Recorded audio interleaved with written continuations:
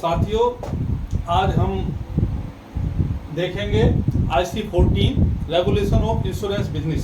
इसका पहला चैप्टर है chapter 1 development of insurance legislation in India and insurance act 1938। इस चैप्टर को आज हम पढ़ेंगे और समझने की कोशिश करेंगे about the development of the Indian insurance sector. Indian insurance sector का जो डेवलपमेंट हुआ है उसको समझने की कोशिश करेंगे, और जो जनरल इंश्योरेंस बिजनेस में जो एक्ट बना हुआ है 1972 का GIBNA, general insurance business nationalisation act 1972, इसके बारे में आज के इस वीडियो में हम लोग डिस्कस करने वाले हैं। तो आप जुड़े रहिए मेरे साथ। मैं हूं आबाद खान और आप देख रहे हैं बीमा साथी।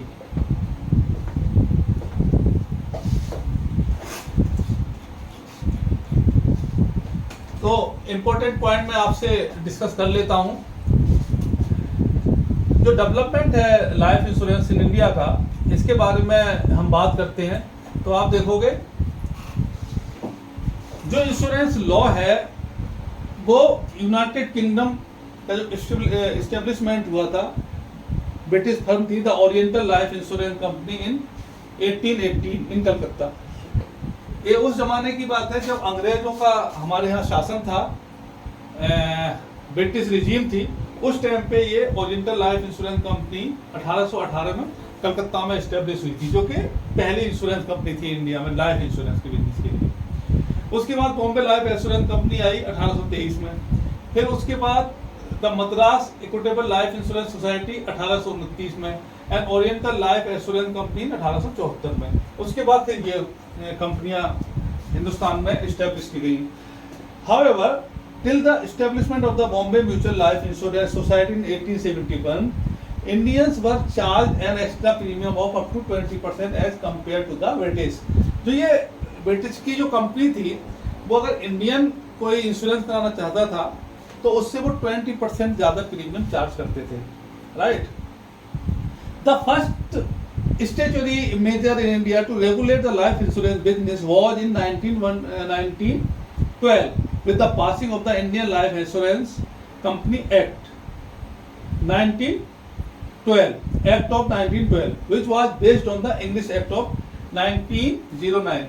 1909 का जो ब्रिटिश एक्ट था उसी के अकॉर्डिंगली लाइफ इंश्योरेंस बिजनेस को करने के लिए 1912 में एक Indian life insurance company act को पास किया गया इंडिया में।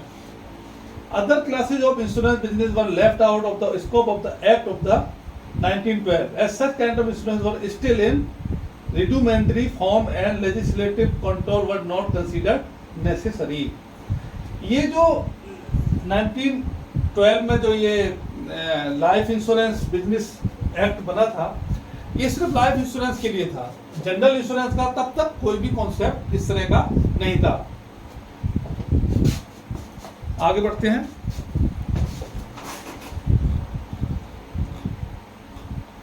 तो जनरल इंश्योरेंस का जो डेवलपमेंट हुआ है, general insurance also has its origin in United Kingdom. United Kingdom में इसका ओरिजिन है। The first general insurance company Triton insurance company limited was promoted in 1850 by British nationals in Calcutta। एक टेटियन insurance company limited जो है वो 1850 में अंग्रेजों के द्वारा कलकत्ता में इस्टेब्लिश की गई थी। The first general insurance company establish by an Indian was Indian mercantile insurance company limited in Bombay in 1907। 1907 में पहली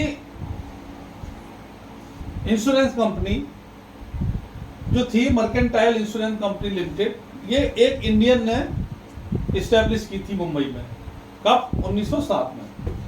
eventually with the growth of fire accident and marine insurance, the need was felt to bring such kinds of insurance within the purview of the act of 1912, while there were a number of attempts to introduce such legislation over the year. Non-life insurance was finally regulated in 1938 through the passing of the Insurance Act 1938। ये जो life insurance का जो act बन चुका था, इसी के परिव्यू में लाने की कोशिश करी गई नॉन लाइफ बिजनेस को। जनरल इंश्योरेंस बिजनेस को इस एक्ट में ही लाने की कोशिश की, बट बहुत सारे चेंजेज हुए, बहुत सारी चीजें हुई आगे, पर एट लास्ट 1938 में ये एक्ट पास हो पाया, जिसका नाम था insurance act 1938।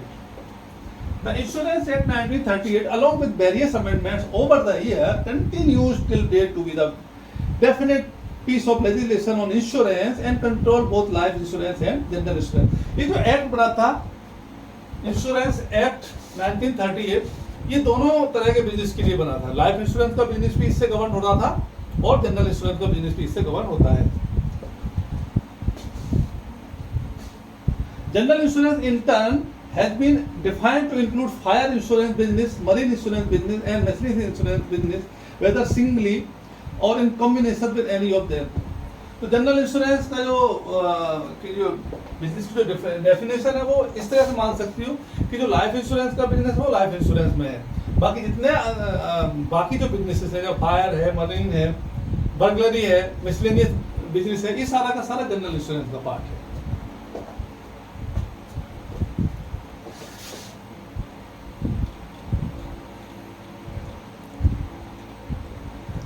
Nationalization of the insurance business in India.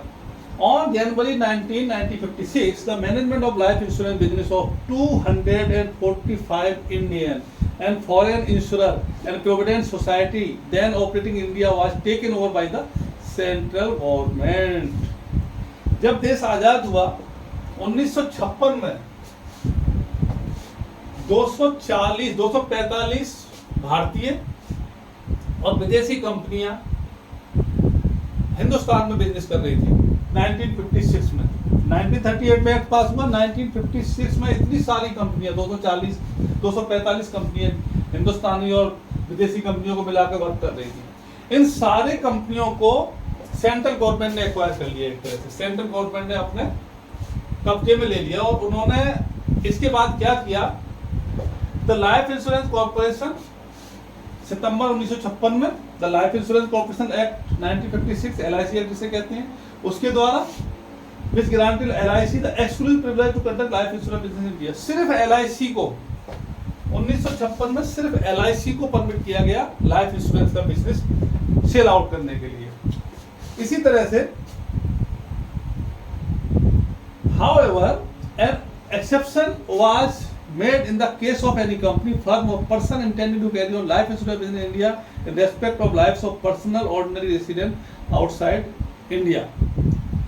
The general insurance business was also nationalized with effect from January 1, 1973 through the introduction of the General Insurance Business Nationalization Act 1972.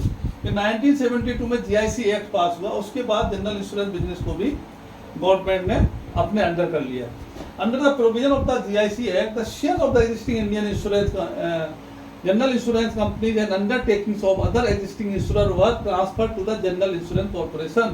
ये जितने भी stake holder थे, इन सब का जो share था वो GIC में, जनरल इंश्योरेंस कॉर्पोरेशन में मर्ज कर दिया गया। To secure development of the general insurance business in India and for the regulation and control of such business, GIC को फुल पावर दे दी गई जनरल इंश्योरेंस बिजनेस के लिए। The GIC was established by the central government in accordance with the provisions of the Companies Act 1956 in November 1972 and it commenced business on January 1, 1973. 1 जनवरी 1973 को इसने business start कर दिया था। Prior to 1973, there was 107 companies, including foreign companies offering general insurance in India. ये 1973 से पहले 107 insurance company India में work कर रही थी, जो देसी कंपनियां थी और विदेशी कंपनियां थी, जो कि जनरल इंश्योरेंस का बिजनेस करती थी।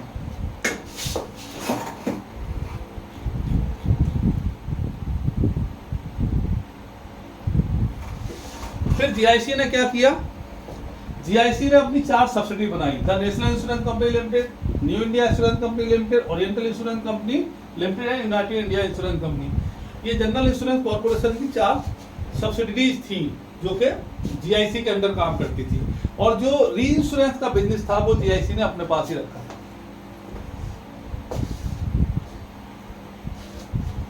और रिफॉर्म की बात करते हैं कि इंश्योरेंस सेक्टर में रिफॉर्म कब कब हुए। In 1993 government of India appointed R N Malhotra committee to lay down roadmap for opening up of the insurance sector to private sector participation. 1993 में मल्होत्रा कमेटी को बनाया गया एक रोड मैप तैयार करने के लिए, जिससे कि प्राइवेट इंश्योरेंस कंपनियों का इस बिजनेस में जो रास्ता है वो क्लियर हो. While the committee submitted its report in 1994, the enabling legislation was passed in the year 2000. 1994 में मल्होत्रा कमेटी ने अपनी रिपोर्ट सबमिट कर दी थी. उन्होंने पूरा रोड मैप गवर्नमेंट के सामने रख दिया था, लेकिन जो IRDA एक्ट है वो 2000 में पास हुआ था. The same year, the newly appointed insurance regulator IRDA started issuing license to private life insurance companies formed and registered under Companies Act 1950 to be set up with sole purpose of carrying out life insurance business, general insurance business and reinsurance business. IRDA ने उसके बाद क्या किया, licence बांटना शुरू कर दिया general insurance के लिए और लाइफ इंश्योरेंस के बिजनेस के लिए. As per the current FDI norm, foreign participation in an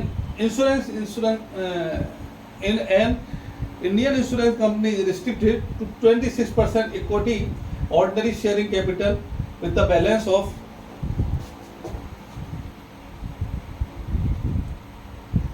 being funded by Indian promoter entities. पहले 26% FDI इसमें आ सकता था, ऐसा रेगुलेशन में था, लेकिन अभी रिसेंटली जो इसमें अमेंडमेंट आया है उसके अकॉर्डिंगली 74% तक का FDI इसमें आ सकता है. आगे बढ़ते हैं.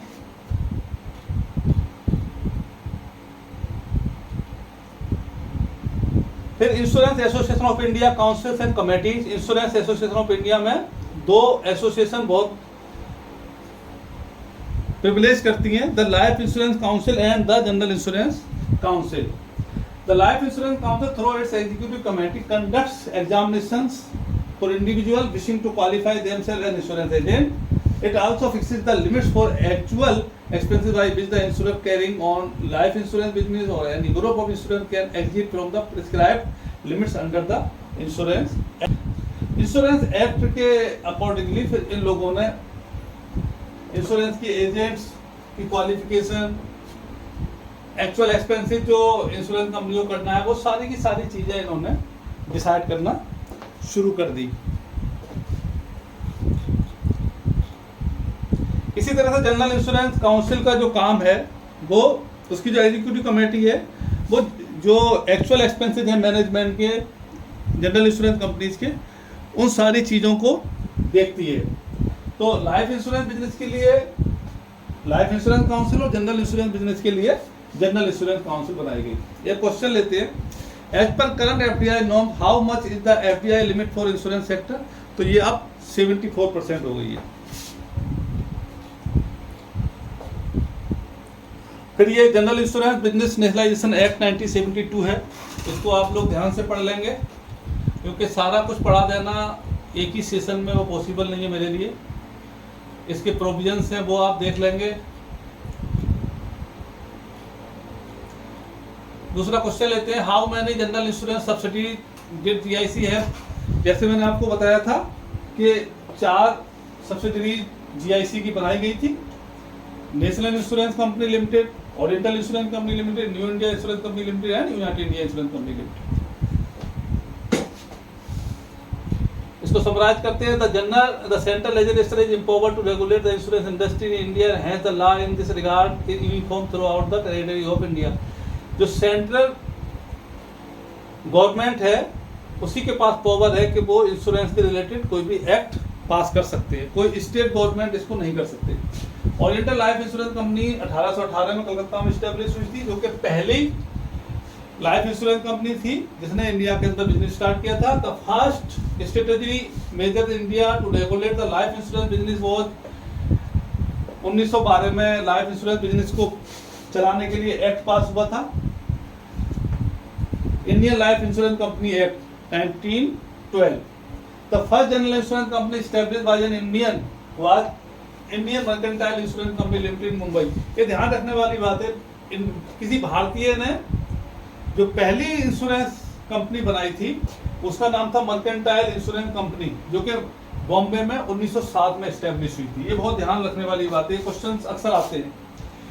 In 1956, the life insurance business was nationalized and the operations of companies were merged to form the Life Insurance Corporation (LIC) of India। 1956 में फिर LIC का जन्म हुआ। With the introduction of the General Insurance Business Nationalization Act 1972, General Insurance Business was nationalized। 1972 में ये act पास हुआ general insurance की business को नेशनलाइज करने के लिए, यानी कि गवर्नमेंट इंश्योरेंस कंपनी बनाने के लिए। General insurance corporation was formed in 1972 and was made the holding company of 4 PSU general insurance company. तो 4 PSU बनाए गए जनरल इंश्योरेंस में, उसके लिए जनरल इंश्योरेंस कॉर्पोरेशन की वो सब्सिडीज थी। The operation of all general insurance companies were merged into these 4 companies. In the year 2000, reforms were initiated by the government and the IRDA was formed and the insurance sector was liberalized and opened up to private sector participation. IRDA जब act पास हुआ 2000 में, तो उसके बाद दोबारा से private sector को इस इंश्योरेंस इंडस्ट्री के लिए ओपन कर दिया गया, जिसमें के स्टार्टिंग में जो FDI की लिमिट थी वो 26% थी, लेकिन आज अब 74%, यानी कि FDI 74% किसी भी इंश्योरेंस कंपनी में लग सकता है। The insurance association of India has 2 councils, life insurance council and general insurance council, life insurance council and LIC and GIC. As part of the reform process, GIC was de-linked from its 4 subsidiaries and was converted into a reinsurance company. The ownership of the 4 subsidiaries was passed on the central government. उसके बाद क्या हुआ, reform क्या किया गया, इसको GIC को delink कर दिया गया, यानी जो 4 सब्सिडीज थी उनको आज़ाद कर दिया गया और वो 4 अलग अलग कंपनियां हो गई। जो GIC था इसका प्योर बिजनेस जो है वो री इंश्योरेंस का हो गया, और जो ओनरशिप है 4 इंश्योरेंस सब्सिडीज की वो सेंट्रल गवर्नमेंट के पास है। कुछ क्वेश्चन लेते हैं।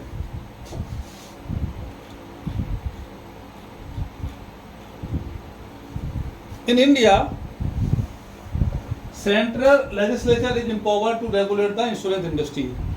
इंश्योरेंस का जो सब्जेक्ट है वो सेंट्रल गवर्नमेंट के अंडर है, स्टेट गवर्नमेंट पे इसका कोई लेना देना नहीं, ये ध्यान रखना।